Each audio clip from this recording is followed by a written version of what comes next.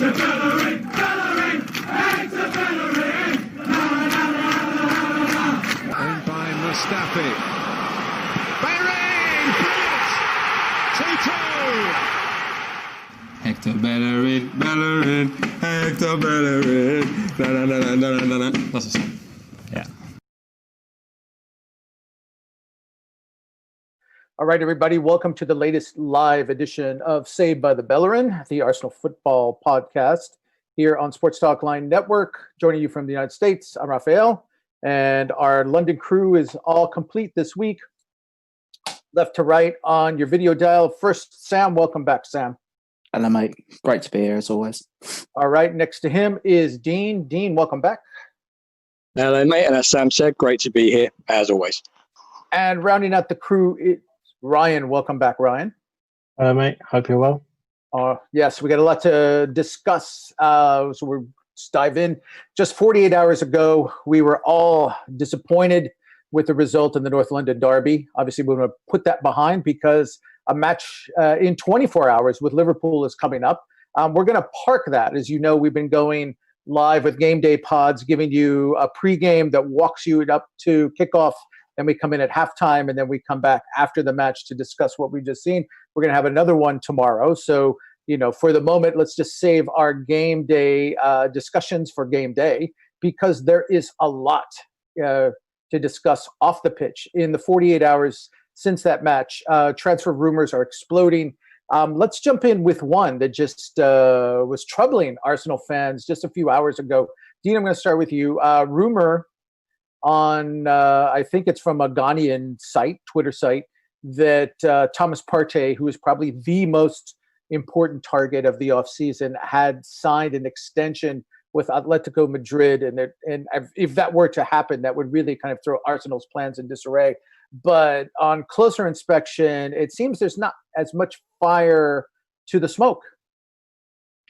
If you guys remember, obviously, on the post game show of the Spurs match, there was a whole thing about Partey had written something on an Instagram thing about playing with Atletico Madrid in the Champions League next season, and we sort of discussed that it all seemed to be a kind of not wanting to disappoint teammates and friends and such, that kind of scenario. And then today, as you say, I believe they're called Ghana Soccer Net or something along those lines, have come out with an exclusive, they say, that Thomas Partey's going to sign an extension, or has signed an extension with Madrid, Atletico Madrid. They've offered him a big, massive pay rise and a big, massive contract offer.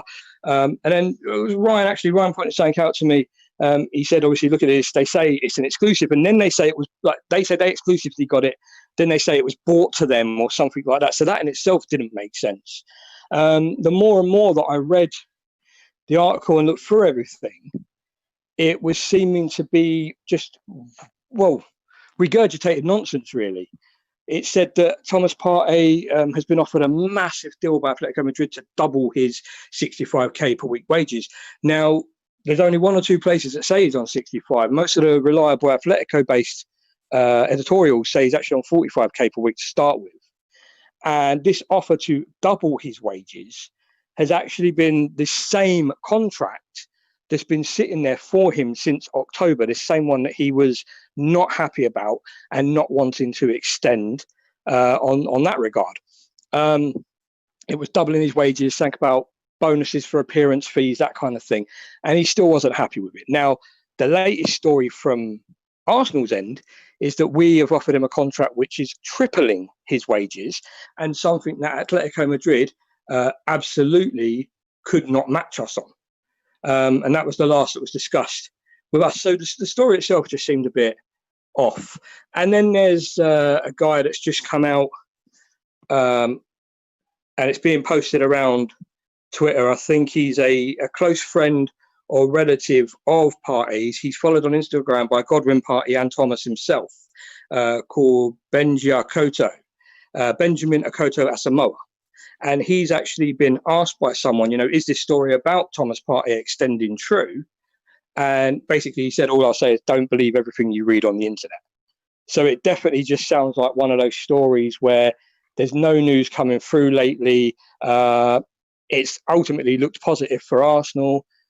And people just want to make a meal of something. People just want to get clicks. People want to get reaction. People want to get their pieces read.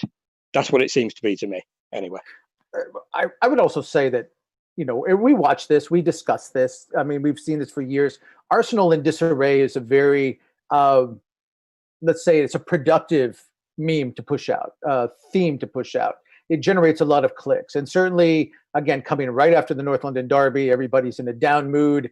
To throw even more doom, if you will, on the in front of the fans is bound to generate a lot of panic clicks, especially since Arsenal's been linked to Thomas Partey so long. Based on this, gentlemen, I'm going to start with Ryan and work my way back. Actually, I'll start with Eugene since you were just talking about it. Let's do rate a rumor on a scale of 1 to 10. What would you say about this rumor? Is just clickbait or is there actual fire to the smoke? Based on the evidence that's there, the stories, the way the report is written and the evidence within the article, I'd say it's old, regurgitated nonsense. I don't think there's anything to that at all right now. All right. Ryan, do you see any meat to this? Not really. I think, as Dean said, it's just rehashed from previous reports. They've taken the sphere of him potentially staying and his Instagram post as gospel, really, and made it into a story. So I'm a 1 out of 10 on that one. Okay. Sam, you get the last word on this rumor. How do you rate it? Utter nonsense. Yeah, I'm going to give this a 0. Not even going to bother with a 1. Plain 0. Okay. All right. Let's stay with you because another a more positive rumor is resurfaced. Links us to a player that we've been talking about on the pod for months. Espanyol's Marc Roca, defensive midfielder. Story came out in Spanish press today saying, in effect, I'm going to try to quote it as directly as I can from memory, that Mikel Arteta dreams of having Marc Roca in his midfield. On a desirability scale, I'm going to remind you, Sam, of a comment you made in our chat when I asked you to rate him compared to the defensive mids or the more defensively minded mids in Arsenal's current squad. And your line was, and I quote, "He makes them seem like toddlers." That's a strong recommendation. It seems that you share Mikel's dream of having him in the midfield. Let's put these two together. We say that the Partey is nonsense. Roca, what would a Roca Partey pairing this coming fall, do to change the character of Arsenal's midfield? Well, first and foremost, give it more stature. People that are tall, strong, physical, able to get across the field, strong in the challenge, can shield the defence as and when needed, can play out as and when needed. Literally, if we got them two players, they would literally transform our midfield. All we would then need is somebody that is a goal scoring number 8, if we're going to be playing a 3. And it just gives us so many different options with formations. Like Partey and Roca could both shield the defence if needed. You could have Roca as a defensive midfielder in a 4-3-3, have Partey as potentially a box-to-box, literally just rampaging up and down the pitch. And then even if we don't get a goal-scoring, more advanced midfielder, you could say put Saka in there, then you've got Willock, Smith Rowe, all youngsters that are waiting to step into the Arsenal team.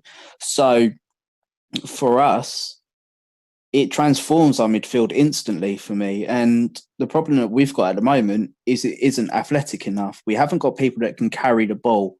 Both of them can do that, Partey and Roca. Both of them have got a range of passing on them that will unleash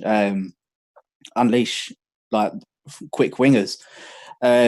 And also, it as I keep saying, it just gives us so many options and just something that we haven't got at the moment. So for the pair of them, it'll be exciting. It'll be more than exciting. I'll be absolutely ecstatic if both of them was to land at Arsenal, to be perfectly honest. All right, and Dean, let's come back to you. A kind of chance to kind of toot our own horn here. This is a name that we've been talking about. He hasn't been in the news, right?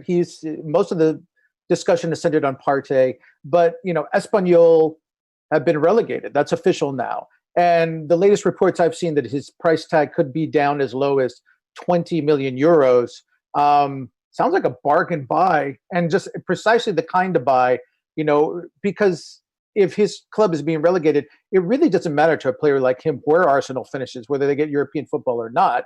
Obviously, we want them to have it, but this is a big promotion in all ways. Salary, stature, you name it.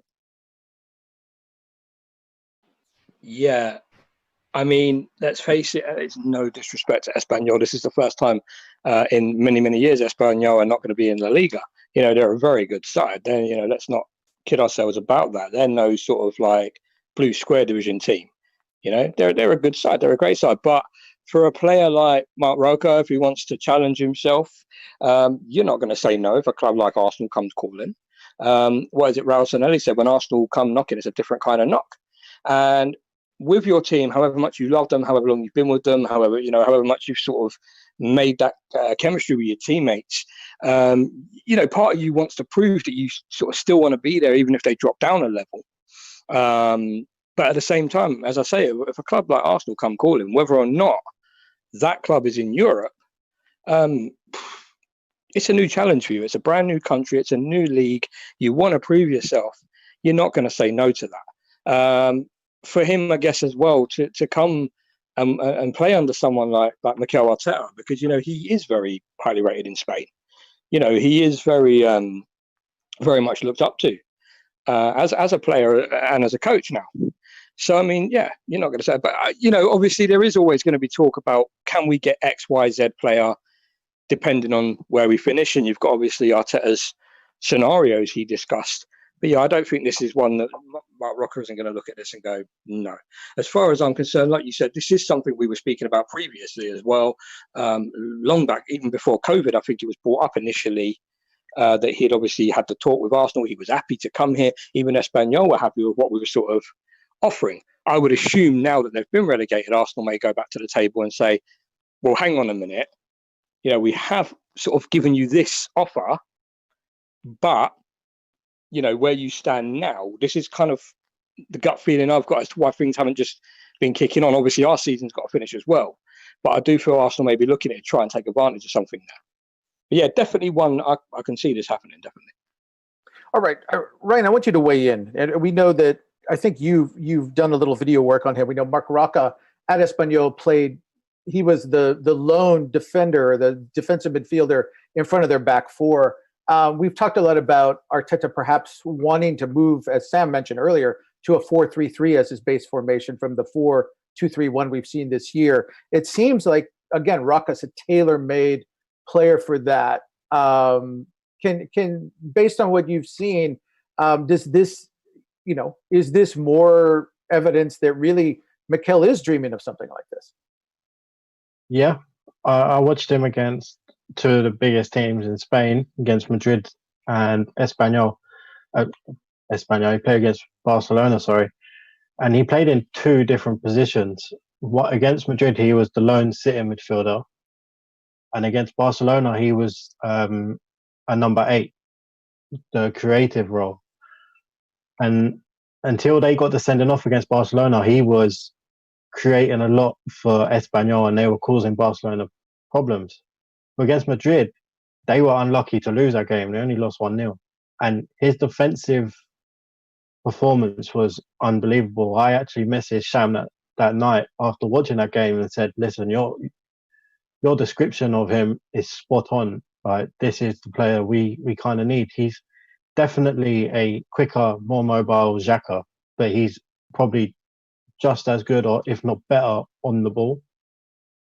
He can go either side, and if Arteta is dreaming, then I'm dreaming too, because him and Partey in our midfield would change everything. All right, and there might be another component to this. We'll get back to that in a little moment, a little farther down the pod, because I know you've been doing more video work on attacking mids who could fit, complete the makeover. But let's stay in the back. Let's stay in defense. Obviously, Arsenal needs to rebuild their back line. It's open secret. They've been looking at players. Sam, let's come back to you. A big rumor again for the last several days that Gabriel Magalhaes, who plays in Ligue 1, target for Arsenal, left-footed central defender. He's been linked with Napoli. A lot of strong rumors today that he's about to sign with Napoli, that Napoli is prepared to spend up to 100 million euros on Gabriel and on Victor Osimhen, the striker, forward. But this is a scenario we've seen several times before in the last couple of years. Arsenal, or I should say Napoli, has been linked with 4 players who are now important members of Arsenal's roster, starting back to front. Bernd Leno, Kieran Tierney, Lucas Torreira, and then last summer, Nicola Pepe, got to the point where Nicola Pepe was in Italy with his representatives. It looked like he was going to sign. All these rumors that Arsenal was interested in were going to be throwing back in the fans' faces. And it looked like he was there to stay. And then the next day he got back on the plane and said no. And then before we knew it, he was being introduced as an Arsenal player. Might this be, because again, we've seen stories that Arsenal have made the best bid for him. Might this be the 5th verse of the song? Yeah, possibly. I know that a lot of the Arsenal transfer rumours have been parked till the season's is finished, and that ends next week, I believe.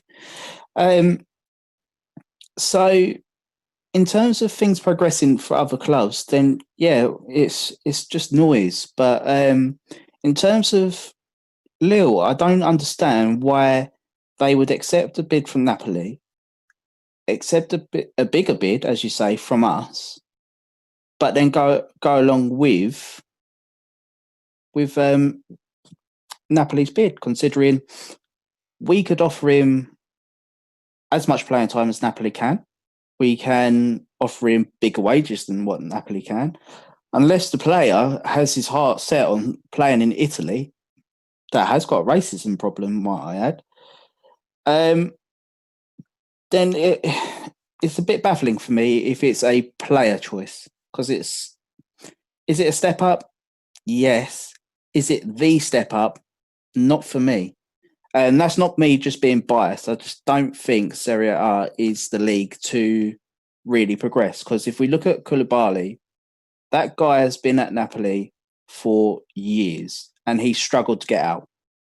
there's obviously with him, Napoli are demanding around about 80 million euros. I'm not being funny. Even in games that we've seen him in Europa League, when we've played Napoli, when I've watched Napoli, he gets run ragged some games. He's not the defensive rock that people think that he is. But obviously, yeah, for me, I think that it could possibly be a ruse just to buy us a bit more time. But as I say, if it's a player choice, it's a weird one for me personally. But if it is, fair play to him. Good luck to him. But yeah, I'm just going to see how this one plays out a little bit more. All right. And Dean, I'm going to remind you of something you brought into our group, is that the player himself has mentioned, he's made reference to the racism in Italy that Sam discussed, that he expressed a preference to play in England. Did he not? Not that long ago? You're talking about Osimhen, not Gabriel, right? No, I'm talking about Gabriel, or am I confusing him with Osimhen? Well, Osimhen's agent said, I have to have a look. It might have been a story with Gabriel as well. Gabriel did talk about preferring to play in England at the time, yes, but I think the two stories are a bit conflicted. Osimhen's agent said that he would never play in Italy because of racism, as Sam's brought up.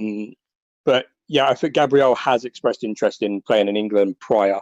So, I mean, the two stories, Gabriel obviously may feel that similar way in terms of the racism.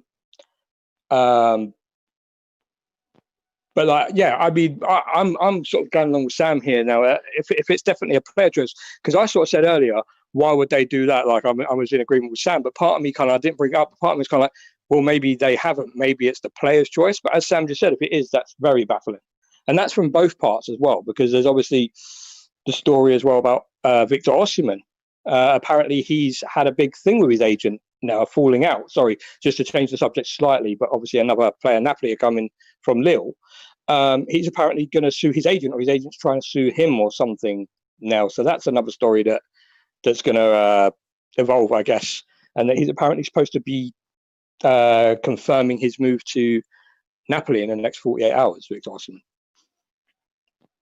All right. Ryan, let's stay with these players, because we've had a lot of discussion. There's a City rumor that kind of dovetails with Arsenal's plans. We've talked about Dayo Upamecano for weeks, months as a possible Arsenal target. You've had some reservations based on his injury history. Now it seems there's a story coming up that Man City are suddenly interested in him, which would probably Bigfoot Arsenal's interest. But on the other hand, they were rumored for a long time to be interested in Koulibaly. So if City has now turned their attentions to him, it means he's staying in Napoli, and that might mean Gabriel fits in Arsenal. But, we've talked in the group, and I'm going to talk to you and Sam about this, because you both have the prediction that not only are he and maybe Malang Sarr coming are the better fits for Arsenal, but, they just being left-footed and looking at where the balance is, those are the two names to be looking at rather than Upamecano and Gabriel. Yeah, so I saw a report today saying that City were interested in Upamecano, and that just prompted me to think, well, the whole point of them getting Gabriel was because Koulibaly was going to City, and I thought the money from Koulibaly was paying for Osimhen and Gabriel, but if City doesn't go for him and gets Upamecano, they don't have anyone to buy Koulibaly, so it leaves Gabriel to the highest bidder elsewhere, which would be us if we're to believe the reports. And Malang Sarr as well is on a free transfer. I said earlier that I think it would be more valuable for us to get Gabriel and Sarr for a together of 25 million rather than spend 35 million on or more on Upamecano, simply because you never know how it's going to go with his knee injuries. You don't know if they're going to come back, or you yourself, you've suffered with ACLs, I've suffered with an ACL. So we know how difficult they are to come back from, especially if they go again. So I think maybe getting Gabriel and Sarr would be a better choice for us as a as business-wise. All right, and Sam, I'm going to come back to you because again, we talk about this. Names are thrown about all the time on Twitter, but when the club went after Pablo Mari, all of us were discussing the club didn't have a good quality dominant left-footed center back. It seems now that they've turned their attention to a lot of them. I think Sarr is left-sided. Gabriel certainly is. Line us up how how does this give balance if they get these two guys? Put a potential. Let's put Sarr. Let's put Gabriel in with the players that are already there. Mari, Saliba, Luis. Line them up next fall. Yeah. So for me, you need balance in midfield, in defence. You need a left footer in the left centre back, and obviously a right footer in the right centre back. Because as I've mentioned in articles previously, if the centre back is going to go long down the wing to one of our wingers, if you've got a right-sided, right-footed player hitting to the left side, the ball is going to curve out. It's going to go out. The winger then has to adjust his body to then try and bring the ball in and then try and drive forward, which 9 times out of 10 doesn't happen. The winger would get the ball into the chest and have to turn into the pitch, where obviously it's going to be crowded. Now, if you take that from a left footer to, say, left winger, the ball will literally curve back into play, depending on how the ball is played down the line. It gives that person an opportunity to then run onto the ball without even interfering. Even if they were to bring it into control, their body shape is already adjusted for that. And as we know with Arteta, he is a big advocate for body shape when receiving the ball and already pre-planning where you're going to be playing the ball next. So he always wants you to be that one step ahead.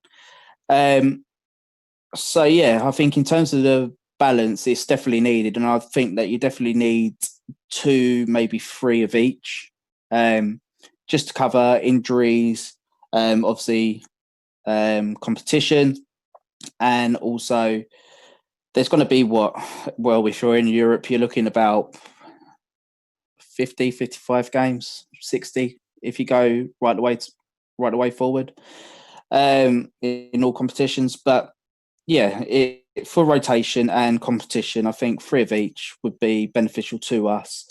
And obviously that would then give us a lot more options for different games, because if they've got different characteristics, one pairing might suit one game, one pairing might suit another game.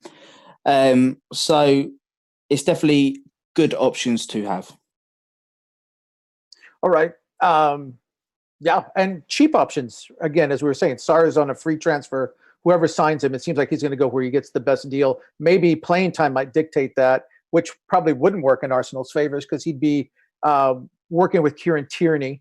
And obviously, if Gabriel comes in, you've got him and Mari at left center back. But he gives the club a lot of flexibility, as you said.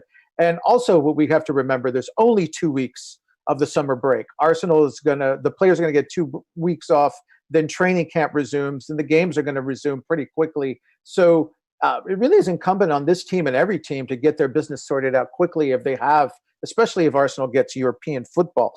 Let's move forward, Dean. We were talking about this during the game, half tongue in cheek, but half serious. We're about Alexander Lacazette being the more likely of the strikers to go out.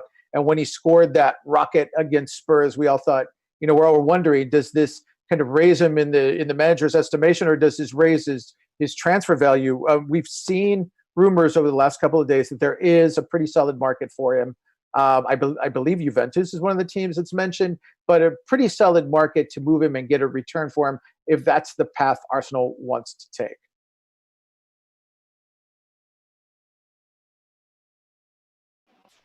It does help if the mute button would work. Right. So, yeah, obviously, again, you say tongue-in-cheek. There's obviously, does it bring him up in Arteta's estimation? We know what Arteta thinks of him anyway. We know he likes him. And I do feel that this could possibly be one of those difficult choices that Arteta was talking about previously as well. When you've got players you like, are good, but not good for your system, not good for and you have to let them go. It's one of those scenarios. What sort of confuses me and what gets to me though is when reading these articles, when reading these reports that Arsenal are looking for a front man, a forward and whatnot, that they always seem to say, just in case Arsenal end up losing Aubameyang. Lacazette is never mentioned, and it really confuses me because, as you said, it has been reported previously as well that if Arsenal are going to let one of them go, the preferred option, unfortunately for him, is Alexander Lacazette. So, I read these and I think, okay, so Arsenal are possibly looking at Victor Osimhen, Arsenal are possibly looking at Odsonne Edouard, Arsenal are possibly looking at Myron Bodie, Moussa Dembele, Leon, but just in case they lose Aubameyang. Lacazette, for me, and we did say this previously with other players as well, it is currently a shop window player, I feel. And I definitely think his goal at Spurs has slightly increased his a possible asking price for him. Because, quite frankly, people know what he is capable of, but he just doesn't seem to be showing it for us anymore. And he just doesn't seem to be showing it for the system we play. As you guys were talking about previously as well, he seems to be wanting to drag himself deeper. And God only knows why. He seems to be bringing himself further down. Does he want to, I think it was Ryan that mentioned it, does he want to be a creative midfielder? It might have been Sam. Does he want to be a creative midfielder? Does he want to play deeper down there? We do know that if that is what he wants to do, the one place he probably could find himself doing that is Atletico Madrid.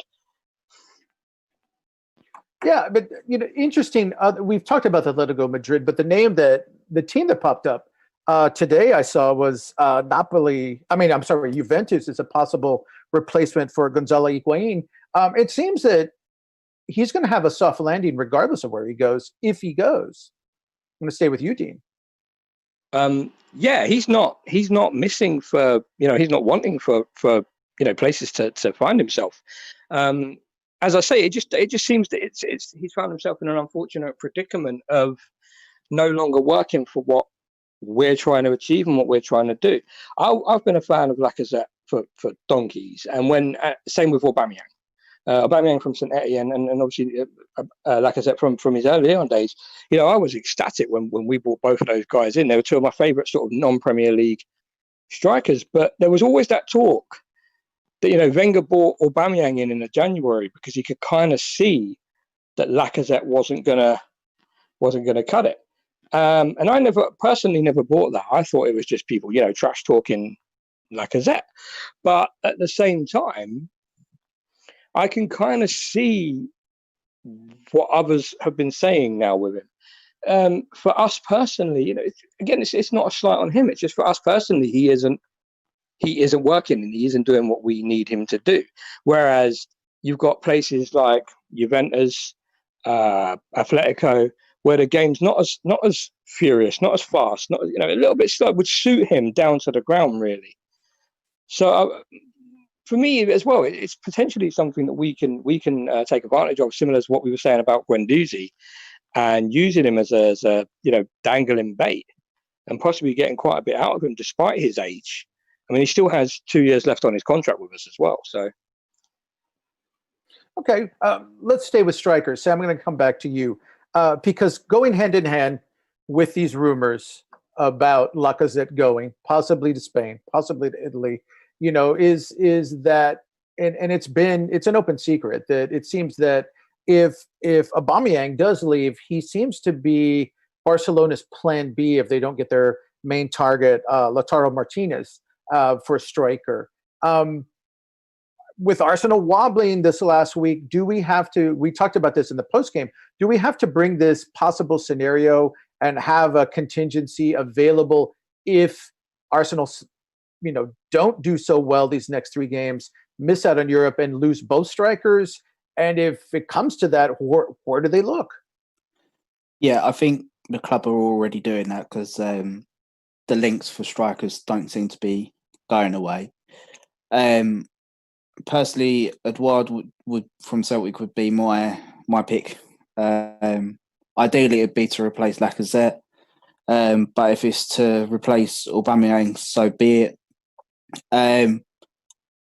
Obviously, we've got Eddie Nketiah. Some people don't like him, don't think he's ready, but you can see signs that there's a real player in there and that he actually works better for our formation than what Lacazette does at the moment.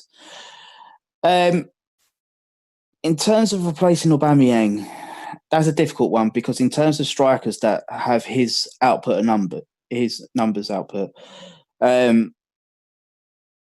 they're very few and far between. And if they're somewhere, they're already in the top club. So personally, what I would do is I would go out and look for a specialised left winger. One that's a goal-scoring left winger, one that can trouble and run at defenders. People have been saying Depay is possibly an option because obviously he's in the last year of his coming into the last year of his contract at Lyon. Then obviously Dembele is one that it seems to be wanting off the books at Barcelona, but there's doubts over his attitude and also his injury record as well. But yeah, I think the club is already making contingency plans in regards to worst case scenario if both were to leave. But I think that Alba will probably still be here next year is my personal gut feeling. All right, and some chatter. Let's do the Raider rumor real quick, and then I know Ryan's waiting, and I'm going to a big video section to tease with him. But rumor yesterday that Aubameyang had turned down Arsenal's offer for a salary increase. Is that just chatter? Is that just noise? I'll stay with you, Sam.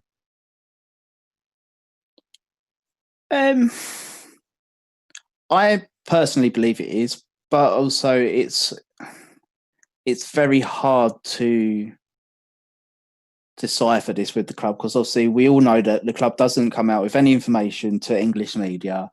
English media will make up rumours to get Arsenal fans rolled up. They'll make up anything and everything that's possible just to get clicks for them. English media is the ultimate clickbait media. But then you go back and look at interviews that Aubameyang's done recently. He's not going, oh yeah, Arsenal need to do this, this and this. He's speaking as in we are as fans, like, yes, we need to do this, we need to do that. I think it's Stuart, our club photographer. He's been putting out a few things about Aubameyang recently. He done the same with Bukayo Saka just before he signed also. So it's a difficult one, but personally, I think that we need to read between the lines here. And I personally think that he's going to stay. But as I say, that's my gut feeling. All right, Ryan, let's come back to you. You've been waiting very patiently here. I mean, kind of steering the attacking mid. We talked about Marc Roca. We talked about Thomas Partey earlier on. If you've been following this pod, if you've been following Saved by the Bellerin online, Ryan's been just cranking out a series of really high quality videos that keep getting better and better and better. His latest one is all about attacking mid options, and I'm going to let you kind of lay it out. But to set you up, talking about all the possible rumors, another name that seems to pop in and out on the fans' consciousness, on the team's radar, is back, and that is Philippe Coutinho. He's looking for a home, apparently, in England. He wants to come back. Some chatter, if he comes back to England, the two logical destinations might be Arsenal or going back to Liverpool. He figures very prominently in your videos. Where is he in your desirability? And tell us about the other guys who are in that set of attacking mids. Again, we've talked about this a lot, and you can talk about it more. Our midfield doesn't score right now.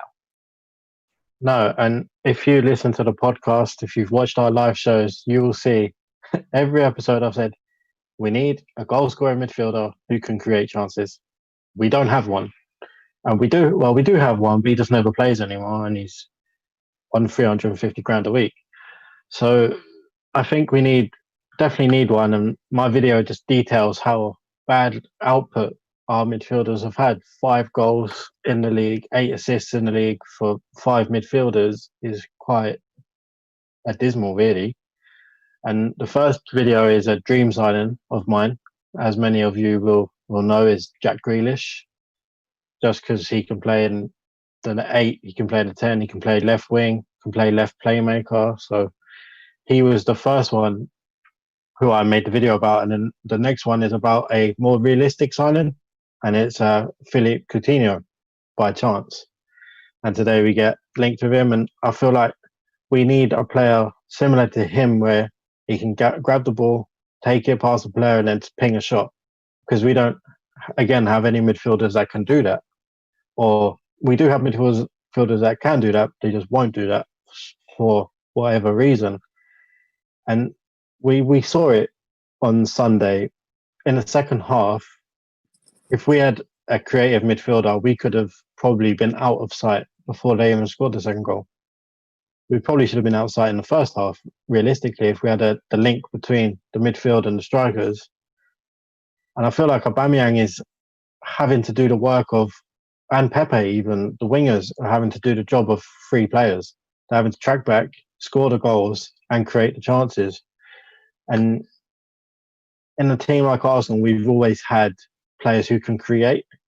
And this is the first time I'm thinking of the midfield, and only Ceballos comes to my head when I think who can perhaps create a chance or two in a game. And that's not really good for a team like Arsenal when you think about Dennis Bergkamp, Cesc Fabregas, Sami Nasri, Ozil in his prime, Ramsey, Wilshere, all these type of players. And we don't have any now. And it's quite hard to watch Arsenal play like that. I'm going to stay with you because you mentioned, that's your dream, the kind of the fallback, and then the third option, in-house. And again, I'm going to take you back to a discussion we had a couple of months ago, right before COVID. You were quite bullish on Emile Smith-Rowe. Is he your budget? Is he the third leg of this midfield stool, attacking midfield stool?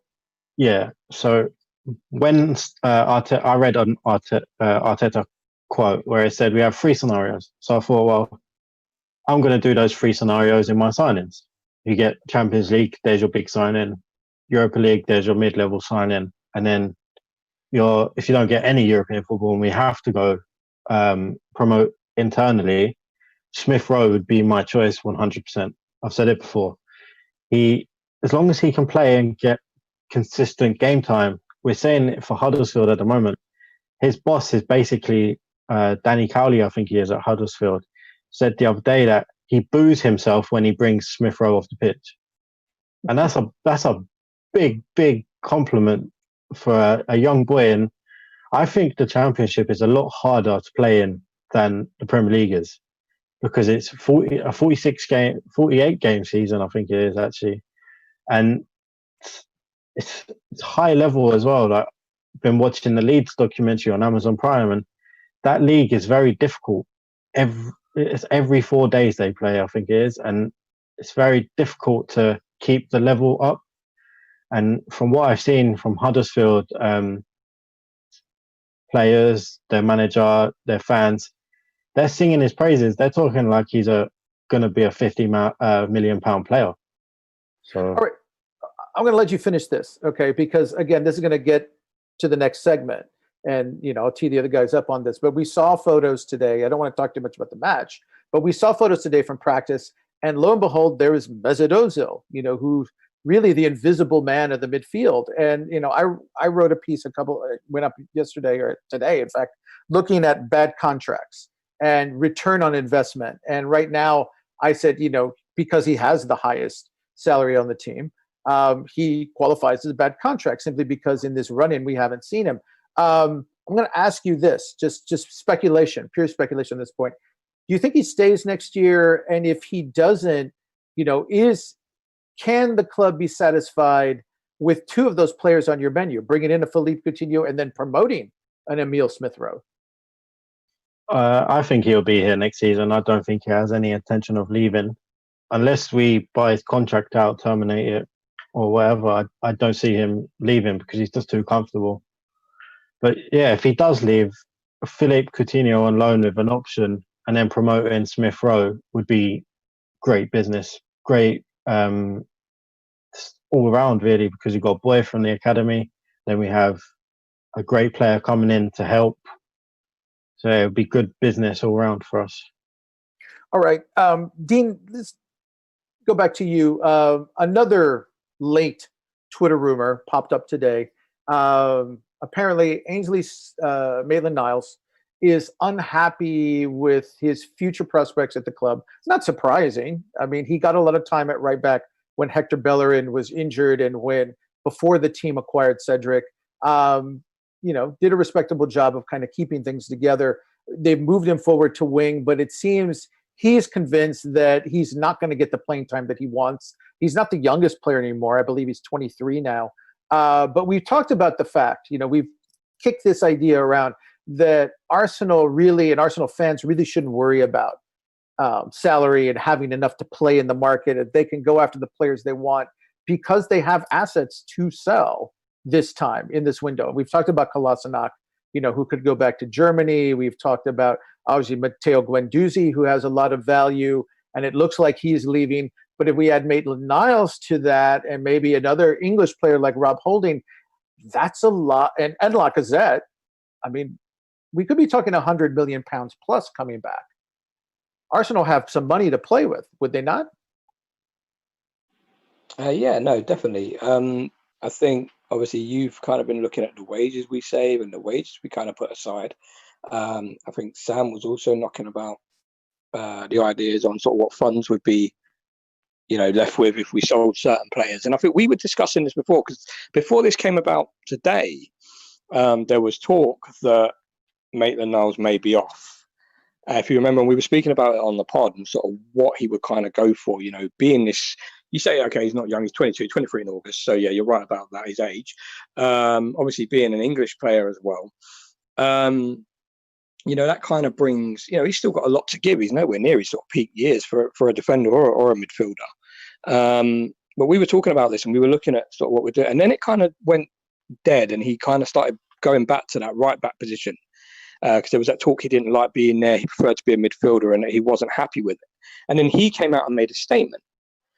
And that statement was, I'll go basically wherever the boss tells me. And we were all like, he's taking it on board. He's taking it in. He's doing what needs to be done. Now, however, there's this report that he's, I think, as it was put, sees the writing on the wall for his future at Arsenal. So he's being proactive now with this and looking for a way out, which makes me wonder if he's actually been looking at this from the first time we discussed it, and that his talk and his attitude change was maybe a little bit, I said this a couple of times today, there's this phrasing, but a little bit shop window. Or perhaps he was trying to prove himself and now sees that maybe he hasn't got that opportunity. But looking at that and adding that on top, I think we could get a fair buck for him. As you say, possibly someone like Rob Holding. I saw a couple of people mentioning Rob's name today in regards to sort of outgoing. So I don't know if there's been something very recently that's been reported on that. I don't know if you guys have seen anything. But yeah, Rob Holding's name was sort of mentioned and obviously Maitland-Niles and, as you say, Lacazette. And then there's obviously talk as well about Lucas Torreira possibly still being shipped out. We've already got Mkhitaryan has obviously, gone. We sort of worked out we're saving sort of $7 million for him. El Neni, Besiktas is it Besiktas? Was that where is that now? Is it Besiktas or? Trying to remember. Yeah. So Besiktas obviously apparently aren't keeping him. They're looking to take some 32 or 34-year-old midfielder ahead of him, which I'm not sure what that sort of says about El Neni. But there are other clubs that are seeking him out. So I don't think he'll be here at all next season, although he will be coming back to Arsenal. I mean, there's a lot that could be going out with, and it sort of goes back to this conversation that I was having with you guys previously, and what I read someone else say is that KSC seem to potentially be following this FSG model at Liverpool, except as we were discussing, they were going to have to find a different way about it because Liverpool had sellable assets. However, the more we're discussing this now, we're beginning to find that although it may not be as much, But we are actually, we've got some sellable assets right now, as you just sort of mentioned. So it seems a little bit closer from what I'm reading from it to that FSG model, because as well as the way that we've brought in Tim Lewis as a non-executive board member, this guy that knows his business acumen, he knows his stuff in regards to finances, and the way we're now sort of shifting, and I know this is another topic for another time, so I'll be brief with this, but the way we're shifting our sort of money and where it's going in areas and what have you. And then on top of that, the players that we're sort of finding ourselves with more and more players that could possibly, be given more time, as it were, first team elsewhere. But looking at those players, they're not so much deadwood. Back in the day, it was, we've got to get rid of this. There are a couple that aren't great. They're average players. We need to get rid of them. But 9 times out of 10 under Wenger, the ones we weren't getting rid of were just, we were looking at them going, they are deadwood players. We just got to shift them on. Here, we're seeing a mixture of getting wages off the books, as well as actual players we could get a fair amount of money for. So, I mean, I see the very sort of bigger picture on this the more we discuss it. I mean, it could very much benefit us financially. All right, Sam, I'm going to bring you back. We're going to wrap up here with you, but you talked about the left side of the defense earlier in the pod. I'm going to put you to the right side, and I'm going to have you give your assessment. Ryan was talking about Ozil. Here's another fence player's right back, and we're talking about Hector Bellerin. We've been watching him trying to come back from that awful concussion he had a couple of years ago against Chelsea. Obviously, his knee injury seems to be kind of one step up, one step back from him. Ryan and I were talking about him in the match at halftime, that he seemed to show some spark and really look forward. One of the criticisms we've had of him in his matches is he seems to take everything in, and he's leaving Nicola Pepe just dying for service. But you were rewatching the match, and you made the comment that you saw some of the bad Hector in the second half, that those the aggressiveness that we saw early on, where he was trying to take on and trying to go around, he didn't sustain that for 90 minutes. He's another one of these high salary players. He's got Cedric on his side. Is he another one of these players we might look at, if maybe not commit to pushing him out, but if the big bid comes in, is he another asset you might look to move? Yeah, I think as in the fan base, he divides opinion regardless. Since he's come back from his ACL, he's obviously had a groin injury as well that he's played through. He's put in some good performances, but since the restart of COVID, he has been literally the most frustrating player to watch, because one half he'll do everything right. Everything that he needs to, he'll do it absolutely perfect, spot on. He's aggressive, he's getting into the box, he's making decisions. As soon as he goes in for a half-time talk, he comes out and you're like, who's this guy? Has he swapped with his twin brother or something? He will literally get the ball, not even bother to look going forward. He will literally just look for the central midfielder or centre-back. And it's like, you can't play a progressive game playing like that. And you're instantly inviting pressure.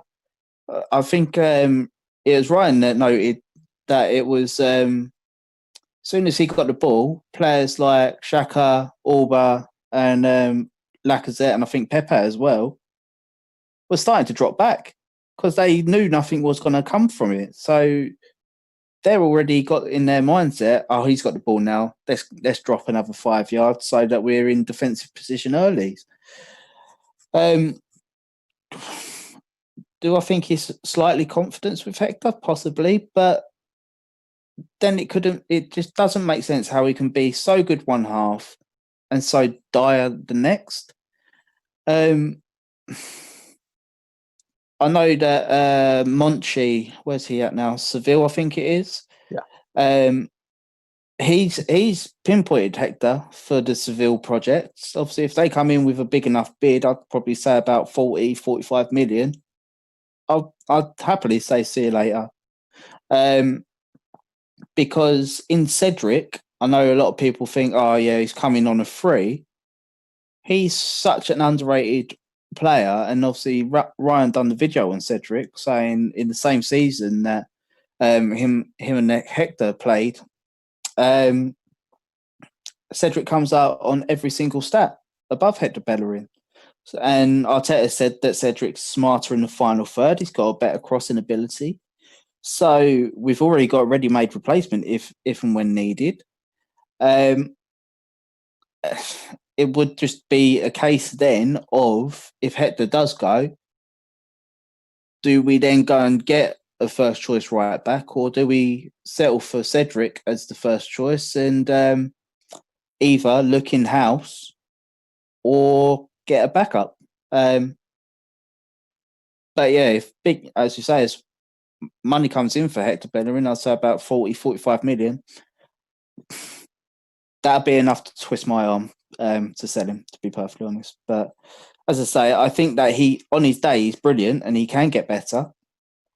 It's just a case now of how long do we have to wait till he reaches that point again? Because as we know, we're not, as a team right now, we're kind of sinking. Do we want to bring on new players to get us floating again for old players to let us down? That's the big question. But in my opinion, I don't think it's going to be the case. I think Arteta's seen enough from the players that are here and thinks they're not carrying out the instruction to what I want it to be, because the team's unbalanced. So yeah, big decisions and tough decisions moving forward. And he has said he foresees making some tough decisions. That may well be one of them. Okay, gentlemen, we're in injury time for the pod. Let's go around quickly. Some good news. Again, the Roca rumor, the Partey rumor seems to be just more sizzle, but no steak, as we say. Ryan, what will make you happy? There's a week and a half left in the season. You're watching every morning. You get up. You look at Twitter. You look in the papers. What are you looking for, rumor-wise, as an Arsenal fan, that would really make you happy in these next 10 days? Arsenal have offered 45 million for Jack Grealish. That would make me very happy. I'd like to see an Arsenal win tomorrow. And yeah, it's just some good news in general. Just anything that can lift fan base's spirits and just get us all on ready for next season. Just build us up to be right behind Arteta for the next season. All right, Dean, same thing. You're opening Arsenal packages. What's in the box? Yeah, I mean, the obvious one is a win tomorrow. Obvious, yeah. The Partey story possibly gathering more pace. Roca being a little bit more concrete. Something more within the defensive. So I mean, transfers all round. A win. I'd like to obviously, only in the short term. I'd like to obviously say our last 3 games all wins. League and to get through to the semis for the FA Cup. So the obvious ones, really. All right, and as Ryan was saying, the 9 points doesn't guarantee anything, but it does put Arsenal back in the discussion for European football. Sam, you get the last word. What are you looking for? We've seen some encouraging news. What do you really want to see transfer-wise these next 10 days? I would actually like to see that Arsenal have triggered Partey's release clause, put the money on the table. That's what I would personally like to see.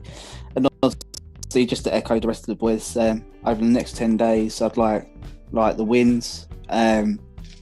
Hopefully get European football. But again, that's relying on others, which we shouldn't really be doing. But it's unfortunately the situation where we are. But yeah, I think Partey is the big one for me. I'd like to see us trigger that release clause and actively put the money down on the table, just so that English media can catch up. All right, I'm going to echo you. I think Partey is the key to the entire offseason. And as you said, triggering the release clause, Arsenal keep matters in their own hands. They're not relying on other clubs. They're not relying on anybody else. Obviously, I'd like to see good news from the Gabriel situation. Again, I do think this might be Napoli 5.0. snatch and grab the player that they want. And I'll leave it there. Again, like everybody else, I want to see 2 more wins, 2 big matches coming up this week with Liverpool and City. And you never know with this club. Sometimes when they're down and we get down on them, they surprise us. I'm hoping for some really happy results. All right, that does it for the transfer edition of Saved by the Bellerin.